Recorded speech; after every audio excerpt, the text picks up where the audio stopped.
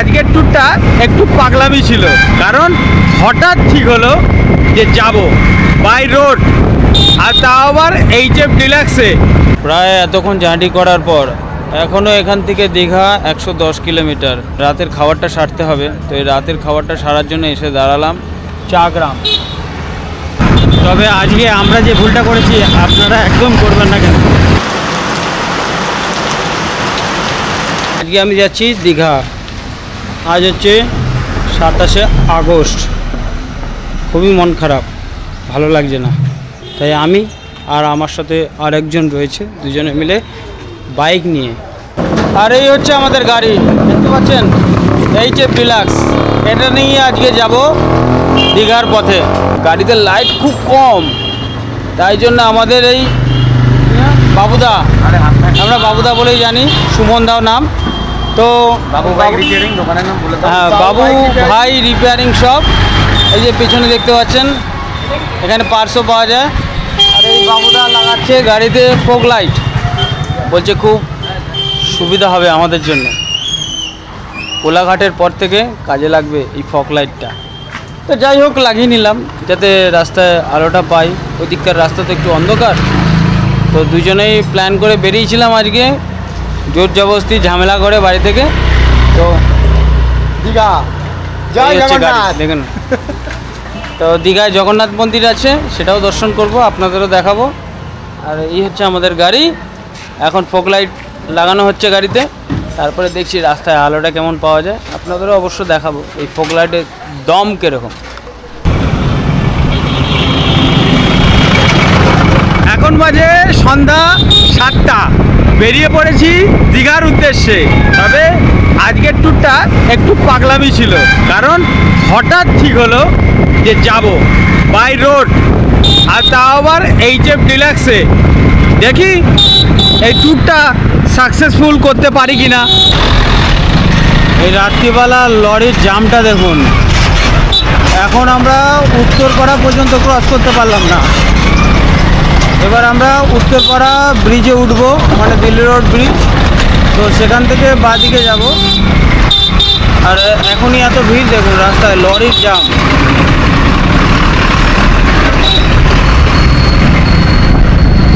রাস্তার অবস্থা দেখুন। এইখানে হচ্ছে একটু ফাঁকা পেলাম। সোজা সোজা।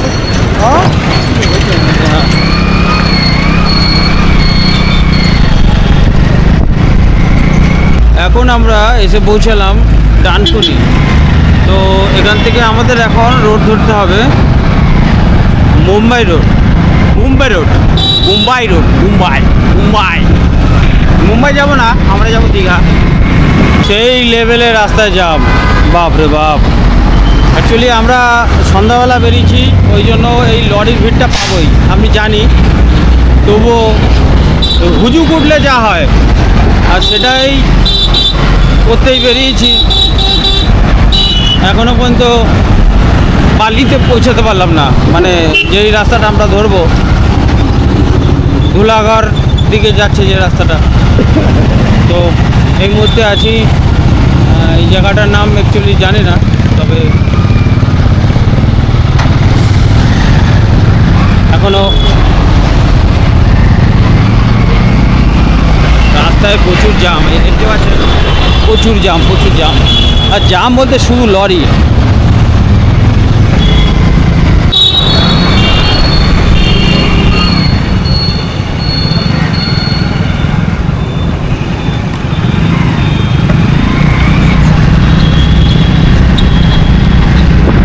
অ্যাকচুয়ালি আমরা মেন রাস্তাটা ভুল করে ফেলেছি, মানে ক্রস করে এগিয়ে এসেছিলাম, তাই জন্য একটু এগিয়ে এসে নিশ্চিন্তা ঠিক আগে থেকে গোল রাউন্ড থেকে ঘুরে গেছি। এখন এই মুহূর্তে মেন রাস্তাতেই এসেছি। এবার এই রাস্তাটা সোজা যে যাচ্ছে, সোজা আমাদের দীঘার দিকেই যাচ্ছে।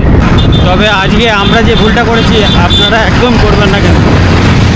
তবে এরকম ভুল না করলে এই মজাটা পাওয়া সম্ভব নয়।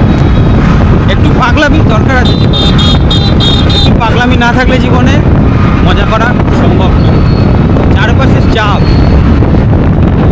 সেটাকে আটকে রাখলে একটু পাগলামি জীবনে দরকার আছে। এবার HF ডিলাক্স ভাবতে পারছেন, 100 সিসিও না যে গাড়ি। গাড়িতে দুটো ফগ লাইট লাগালাম আর বেরিয়ে পড়লাম। এখন আছি হাইওয়ে, এটা হচ্ছে ধুলাগড়। এই মুহূর্তে আমরা আছি ধুলাগড়ে। উদ্দেশ্য এখনও মাত্র 170 কিলোমিটারের রাস্তা। মোটামুটি আশা করছি 10টার মধ্যে পৌঁছে যাব, রাত 10টা। দেখা যাক, তারপরে সেখানে গিয়ে হোটেল দেখব। যদি পরিচিত একটা হোটেল রয়েছে, যদি সেই হোটেলটা পেয়ে যাই তা ভালো, না হলে খুঁজতে হবে।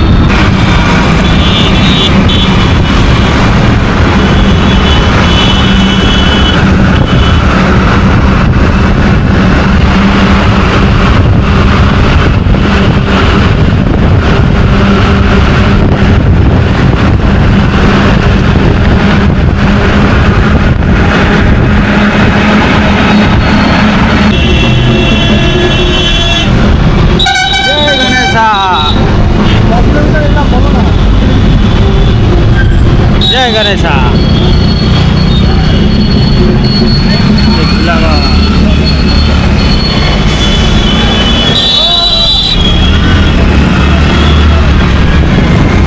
এসে পৌঁছালাম রানীহাটির একটি মাছ বাজারে। তবে রানীহাটি, এটা কোন রানীহাটি ঠিক বলতে পারছি না, তবে দীঘা যাওয়ার পথে মেন রোডের ধারে একটা মাছ বাজার। এই যে দেখতে পাচ্ছেন মাছ বাজার, মাছ বিক্রি হচ্ছে। আর এখানে আমার সাথে যে এসছে রাহুল দা, তার একটু সমস্যা হয়েছে, সেই জন্য এখান দিয়ে বাথরুম, মানে বুঝতে পারছেন তো, এইটা খুঁজতে বেরিয়েছে মাছ বাজারে, বলে এখানে মাছ বাজারে এটা আছে, তাই খুঁজতে খুঁজতে এসে পৌঁছেছি। এবার তাড়াতাড়ি কাজ সেরে এসে তারপরে আবার রওনা দেবো, চলুন। আর এই হচ্ছে রানীহাটি সেই মাছ বাজার। এসে পৌঁছালাম রাত 9:30টার সময় কোলাঘাটে। তো এবার ব্রেক নিতে হবে, অনেকক্ষণ ধরে গাড়ি চালাচ্ছি, অনেকক্ষণ। আমরা তো নিয়ে এসেছি HF ডিলাক্স, মানে বুঝতেই পারছেন, ঢানাং ঢানাং গাড়ি 50-এর ওপরে উঠছেই না কিছুতেই। পাশ দিয়ে সব গাড়ি পাস হয়ে যাচ্ছে, একটু ভয়ও লাগছে, হালকা গাড়ি। আর এসে পৌঁছালাম কোলাঘাটে। এখান থেকে এবার চাটা একটু খাবো, খেয়ে দেখি এবার কি খাওয়া যায়। প্রায় এতক্ষণ জার্নি করার পর এখনও এখান থেকে দীঘা 110 কিলোমিটার। রাতের খাবারটা সারতে হবে, তো এই রাতের খাবারটা সারার জন্য এসে দাঁড়ালাম চাগ্রাম। হোটেলের নাম চাগ্রাম। তো এখানে রাতের খাবারটা সেরে নিই, কারণ দুপুরবেলা খাইনি আজকে, হুজুকের মাথা বেরিয়েছি, বাড়িতেও যাইনি। তো খাওয়া দাওয়াটা করে তারপরে এগোবো, চলুন।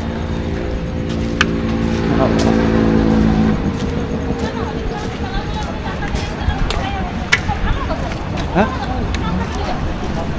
এখন ঘড়ির কাটায় সময় হলো রাত 9:49। এসে দাঁড়িয়েছি চাগ্রাম হোটেল। তো অর্ডার দিয়েছি দুজনের জন্য 1 প্লেট তরকা আর 7টা রুটি। খেয়ে দেখি এবার রাতের খাবারটা এখনই সেরে ফেললাম, কারণ দুপুরে খাইনি। এবার দেখি এখানকার তরকা কীরকম, মানে 1 প্লেটে দুজনের হয় কি না। রাহুল দা, খাবার কীরকম? ভালো, অ্যাভারেজ, খুব ভালো না, খারাপ না। যাই হোক, এবার খেয়ে নিই, খেয়ে তবে তাড়াতাড়ি বেরোতে হবে। তো এখনও 107 কিলোমিটার রাস্তা যেতে হবে।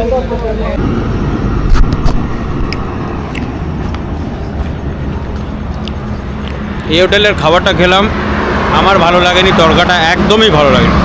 আমার সাথে যে এসে রাহুল দা বলছে তার ভালো লেগেছে বেশ। যাই হোক, একজনের স্বাদ একরকম, তারও খুব একটা ভালো লেগেছে তা নয়, বলতে হয়, তাই বললো ভালো লেগেছে। চলুন এবার বেরাবো, অনেকক্ষণ হয়ে গেছে। এখন বাজে রাত 12:20। এসে পৌঁছালাম নাচিন্দা বাজার। এখানে একটা মন্দির আছে, মন্দিরটার নাম হচ্ছে, ওখানে বোর্ড দেখতে পাচ্ছি, শ্রী শ্রী শীতলা চণ্ডী ঠাকুরানীর লীলাভূমি। তো মন্দিরটা বেশ ভালো লাগছে দেখতে, দেখুন। চলো, আর মোটামুটি এখান থেকে এখনও 40-45 কিলোমিটারের রাস্তা। তবে অনেক রাত হয়ে গেছে। হোটেলওয়ালা ফোন করছে, মানে কী হবে, হোটেলটা বুক করে রেখেছি আর কি, যাতে রাত্রিবেলা গেলে কোনো অসুবিধা না হয়, ঠিক আছে। অবশেষে এসে পৌঁছালাম দীঘা গেটের সামনে। গেটের সামনে বলতে গেটের নিচেই দাঁড়িয়ে আছি। কিন্তু দুঃখের বিষয় প্রচুর বৃষ্টি হচ্ছে।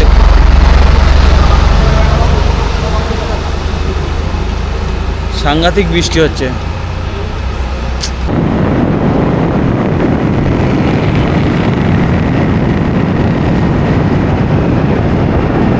জয় জগন্নাথ, বিদায় দীঘা, জয় জগন্নাথ, জয় জগন্নাথ।